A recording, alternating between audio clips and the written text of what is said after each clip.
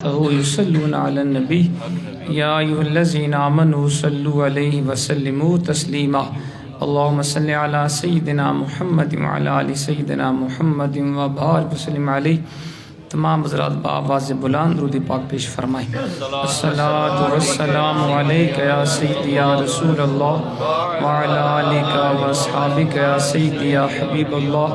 الصلاة والسلام علیک یا سیدی یا رحمت للعالمین وعلی آلک واصحابک یا سیدی یا شفیع المذنبین والحمد للہ رب العالمین. محمد کی محبت دین حق کی شرط اول ہے. محمد کی محبت دین حق کی شرط اول ہے. اسی میں ہو اگر خامی تو سب کچھ نامکمل ہے. محمد کی غلامی ہے سند آزاد ہونے کی. محمد کی غلامی ہے سند آزاد ہونے کی. خدا کے دامن توحید میں آباد ہونے کی. ذات محترم نبی پاک علیہ السلام کے ثنا خوانوں نے بڑے پیارے انداز میں اپنے کریم آقا کی جناب پاک میں ہدینات پیش فرمایا. یہ بالکل صحیح ہے کہ حضور کی محبت ایمان کی جان ہے. حضور کی محبت ہی روح ایمان ہے. علامہ اقبال کا وہ شعر بالکل صحیح ہے. مغز قرآن روح ایمان جان دی ہست حب رحمت للعالمین. قرآن پاک کا مغز ایمان کی روح اور دین کی جان محبت رسول کا نام ہے. حضور کی محبت کے بغیر ایمان ہی کامل نہیں ہوتا، کیونکہ حضور کا اپنا ارشاد ہے صحیح بخاری کے اندر. آپ نے فرمایا لا یؤمن احدکم حتی اکون احب الیہ من والدہ وولدہ والناس اجمعین، کما قال، تم میں کوئی شخص مومن نہیں ہو سکتا جب تک کہ میں اس کے نزدیک اس کے والدین، اس کی اولاد اور تمام لوگوں سے زیادہ محبوب نہ ہو جاؤں. جب تک کوئی شخص اپنی جان، مال، اولاد، عزت و آبرو، کائنات کے ہر شے سے بڑھ کے حضور کی ذات سے محبت نہ کرے، اس کا ایمان کامل نہیں ہوتا. تو حضور کی محبت ہی جان ایمان ہے، روح ایمان ہے. بلکہ حضور کی محبت سے ہی یہ ساری کائنات کے اندر بہار ہے. ذات محترم نبی پاک علیہ السلام کے صحابہ کرام نے اپنے آقا سے سچی محبت کر کے ہمیں سکھایا ہے اور ہمیں بتایا عملی طور پہ کہ محبت رسول کس کا نام ہے. خلیفہ اول، خلیفہ بلا فصل، سیدنا ابو بکر صدیق رضی اللہ عنہ عظیم عاشق رسول تھے. حضور کی محبت سیدنا صدیق اکبر کے دل میں اپنی مال، جان، اولاد، تن من دھن ہر شے سے بڑھ کے تھی. سبحان اللہ. ایک بڑا پیارا واقعہ آپ کے ایمان افروز واقعہ بھی ذہن میں آیا کہ سیدنا صدیق اکبر کے دل میں حضور کا عشق کتنا تھا. ابھی مسلمانوں کی تعداد تھوڑی تھی تو سیدنا صدیق اکبر نے حضور کی بارگاہ میں عرض کیا یا رسول اللہ ہمیں اجازت دیں، ہم حرم کعبہ میں جا کے اسلام کی تبلیغ کریں اور اللہ کا اور آپ کا نام بلند کریں. فرمایا ابو بکر ابھی ہماری تعداد کم ہے، ابھی حکمت کا تقاضا ہے کہ ہم تبلیغ کو پوشیدہ رکھیں. لیکن سیدنا صدیق اکبر کے دل میں جو اللہ کی محبت، اس کے پیارے محبوب کی محبت کا سمندر موجزن تھا. عرض کیا آقا آپ اجازت دے دیں، میں چاہتا ہوں کہ ہم سب کے سامنے اللہ کی توحید اور آپ کی رسالت کا اعلان کریں. حضور نے اجازت عطا فرما دی. حرم کعبہ میں حضور تشریف فرما ہو گئے. سیدنا صدیق اکبر کھڑے ہوئے اور کفار بھی تھے، سب بیٹھے ہوئے.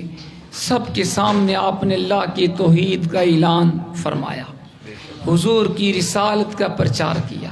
کفار مکہ کو کیسے گوارا تھا کہ ہمارے ہوتے ہوئے کوئی ہمارے خداؤں کے علاوہ ایک خدا کی دعوت توحید دے.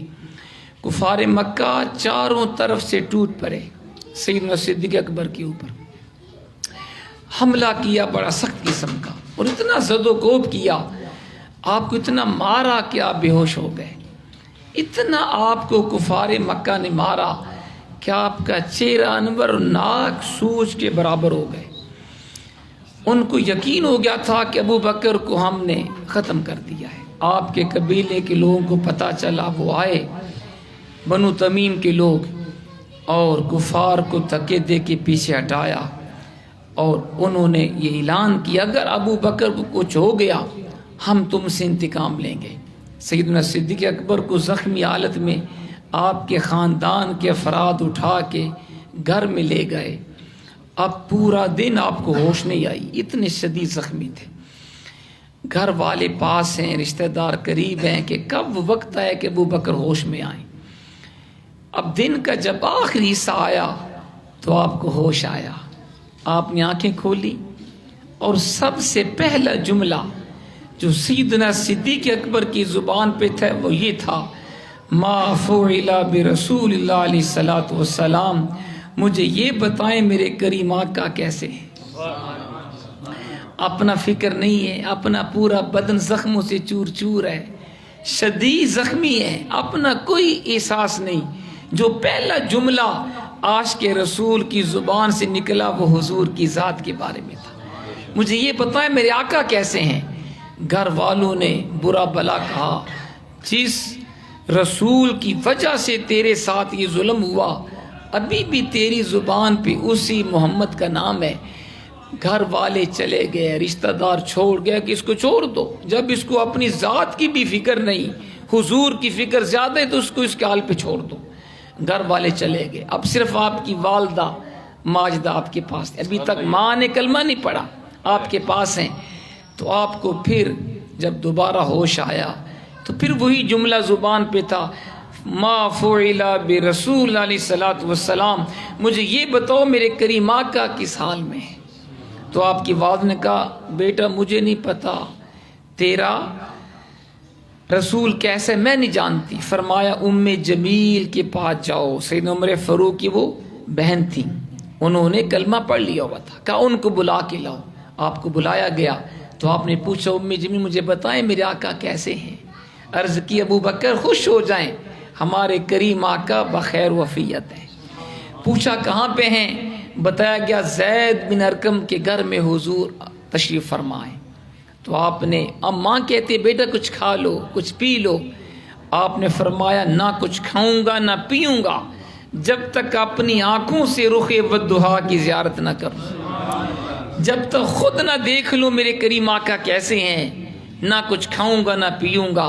اب کیا ہوا، جب رات ہو گئی، رات کا اندھیرا چھا گیا تو آپ کی والدہ نے آپ کو سہارا دیا اور حضور کی بارگاہ میں آپ کو لے کے چلتی ہیں، اور آپ اتنے شدید زخمی ہیں چلنا بھی نہیں ہوتا، پاؤں گھسیٹ گھسیٹ کے بڑی مشکل سے در مصطفیٰ پہ پہنچتے ہیں۔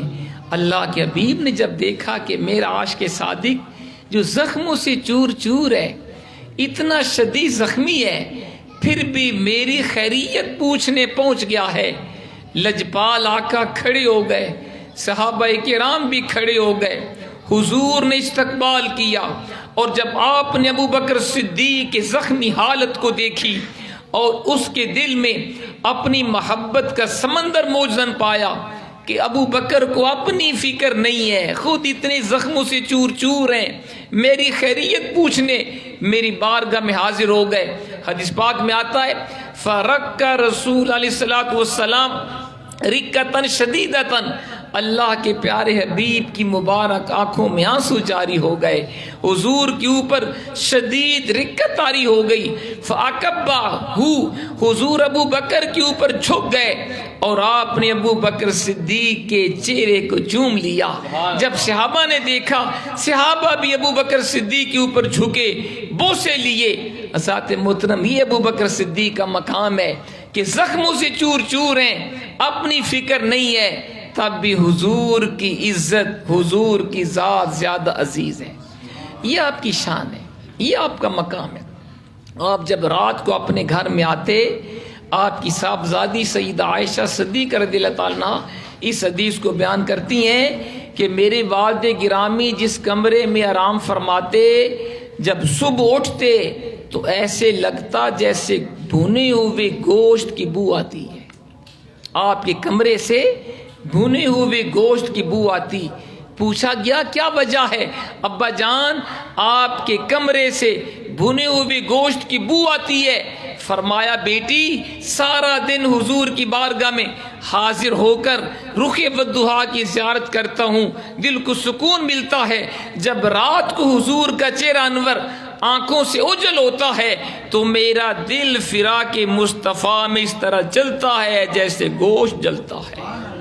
میرا دل حضور کے فراق میں تڑپتا ہے، اور رات بڑی دیر سے گزرتی ہے، رات ختم نہیں ہوتی۔ دل یہی کہتا ہے جلدی رات ختم ہو، صبح سویرا طلوع ہو، میں دوبارہ حضور کی بارگاہ میں حاضر ہو کے آپ کی رخ والضحیٰ کی زیارت کروں۔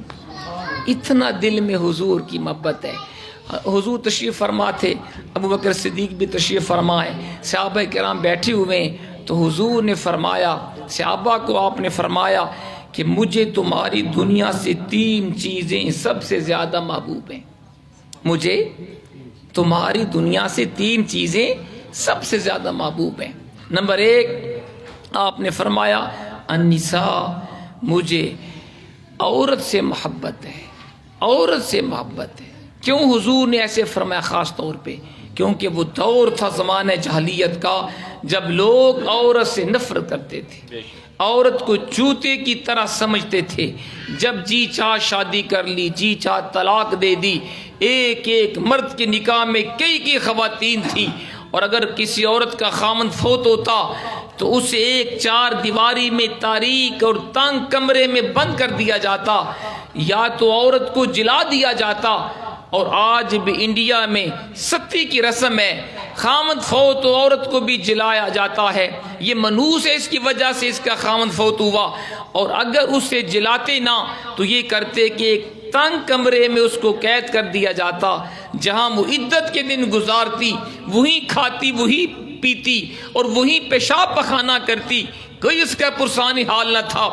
آج یورپ کہتا ہے ہم نے عورت کو بڑے حقوق دیے جو کسی مذہب نے نہیں دیے، وہ جھوٹ بولتا ہے۔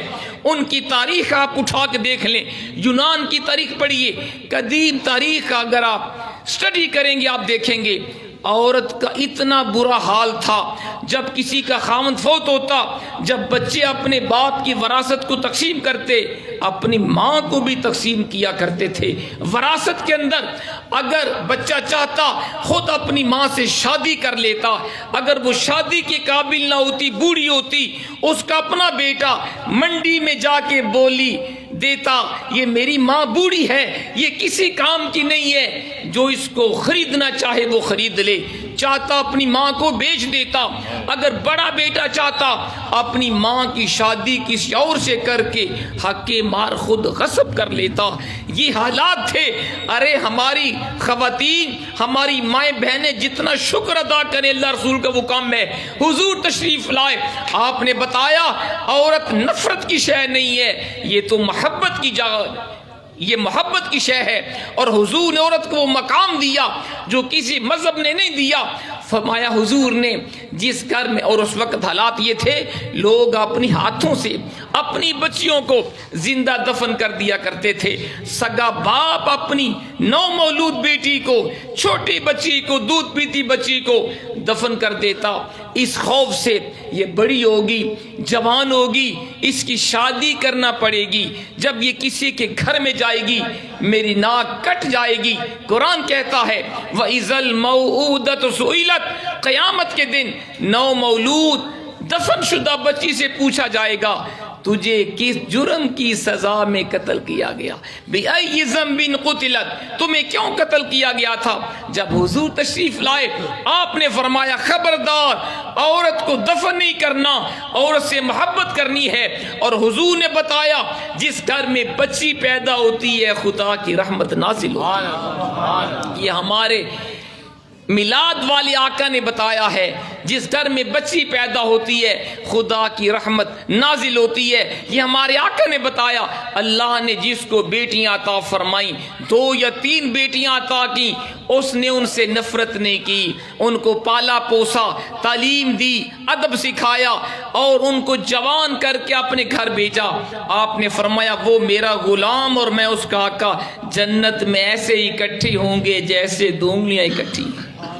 ایک بندہ کھڑا ہوا، عرض کیا آقا اگر کسی کی 2 بیٹیاں ہوں، 3 نہ ہوں، پھر فرمایا جس کی 2 بیٹیاں بھی ہیں اور اس نے صحیح ان کی تعلیم و تربیت کی ہے، ان سے اس نے نفرت نہیں کی، فرمایا وہ بھی میرے ساتھ جنت میں ایسے اکٹھا ہوگا۔ راوی کہتا ہے اگر کوئی شخص ایک کے بارے بھی پوچھتا حضور تب بھی یہی جواب دیتے۔ حضرت محترم عورت کو حضور نے وہ مقام دیا، فرمایا الجنت تحت اقدام الامہات، جنت ماؤں کے قدموں کے نیچے ہے۔ عورت جس روپ میں ہے قابل عزت ہے، اگر بیوی کے روپ میں ہے، حضور کا فرمان سن لیجئے، صحیح بخاری کے اندر حدیث پاک ہے، حضور فرماتے ہیں خیرکم خیرکم بیہلہ وانا خیرکم بیہلی، کما قال، تم میں سب سے بہتر وہ ہے جو اپنی بیوی کے حق میں بہتر ہے۔ حضور نے یہ نہیں فرمایا سب سے بہتر وہ ہے جو تہجد گزار ہے، یہ بھی نہیں فرمایا سب سے بہتر وہ ہے جو روزے دار ہے، یہ بھی نہیں فرمایا سب سے بہتر وہ ہے جس نے حج کیا ہو، جس نے زکوٰۃ دی ہو۔ میں تم میں سب سے بہتر وہ ہے جو اپنی گھر والی کے لیے بہتر ہے، میں تم سب سے زیادہ اپنی بیویوں کے حق میں بہتر ہوں۔ تو حضور نے فرمایا صحابہ مجھے تمہاری دنیا سے 3 چیزوں سے بڑی محبت ہے، عورت، دوسری شے طیب خوشبو، اور تیسری شے جعلت قرۃ عینی فی الصلاۃ، نماز میری آنکھوں کی ٹھنڈک ہے۔ میلاد مصطفیٰ میں تشریف لانے والے بزرگوں دوستوں ہمیں بھی چاہیے ہم ان 3 چیزوں سے محبت کریں، عورت سے محبت کریں، خوشبو سے محبت کریں، اور نماز سے ہمیں محبت کرنی چاہیے۔ سیدنا صدیق اکبر بھی حضور کی بارگاہ میں حاضر تھے، عرض کیا آقا مجھے بھی 3 چیزیں سب سے زیادہ محبوب ہیں، مجھے بھی 3 چیزوں سے سب سے زیادہ پیار ہے۔ پوچھا ابو بکر کون سی؟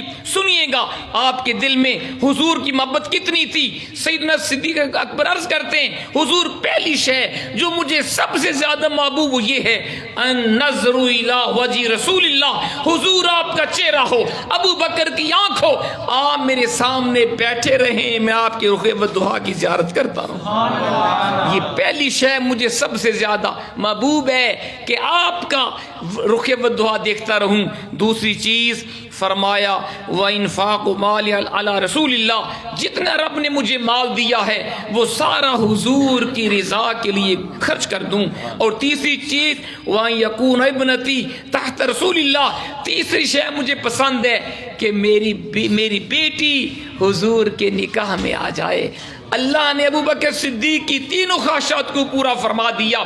حضور کی ساری زندگی میں ابو بکر صدیق حضور کے ساتھ رہے، مکے میں صدیق حضور کے ساتھ ہے، ہجرت کی رات غار ثور میں ابو بکر حضور کی زیارت کر رہے ہیں اور کوئی صحابی ساتھ نہیں، 3 دن 3 راتیں جی بھر کے رخ ودعا کو دیکھا۔ مکے میں حضور کے ساتھ ابو بکر ہیں، مدینے میں ابو بکر صدیق ساتھ ہیں، جنگوں میں ساتھ ہیں، غزوات میں ساتھ ہیں، ارے ساری زندگی حضور کے ساتھ رہے۔ رب نے صلہ دیا ابو بکر تم ساری زندگی میرے محبوب کے ساتھ رہے، ہم تمہیں وصال کے بعد بھی گنبد خضرا میں حضور کے ساتھ رکھیں گے۔ آج بھی گنبد خضرا میں حضور کے ساتھ ہیں۔ دوسری تمنا بھی اللہ نے قبول فرمائی، جتنا آپ کا مال تھا وہ سارا مال اللہ رسول کی رضا کے لیے خرچ کر دیا۔ غزوہ تبوک کے موقع پہ ابو بکر صدیق نے سارا مال پیش کر دیا، گھر میں سوئی بھی نہیں رکھی، اپنے کپڑے بھی پیش کر دیے۔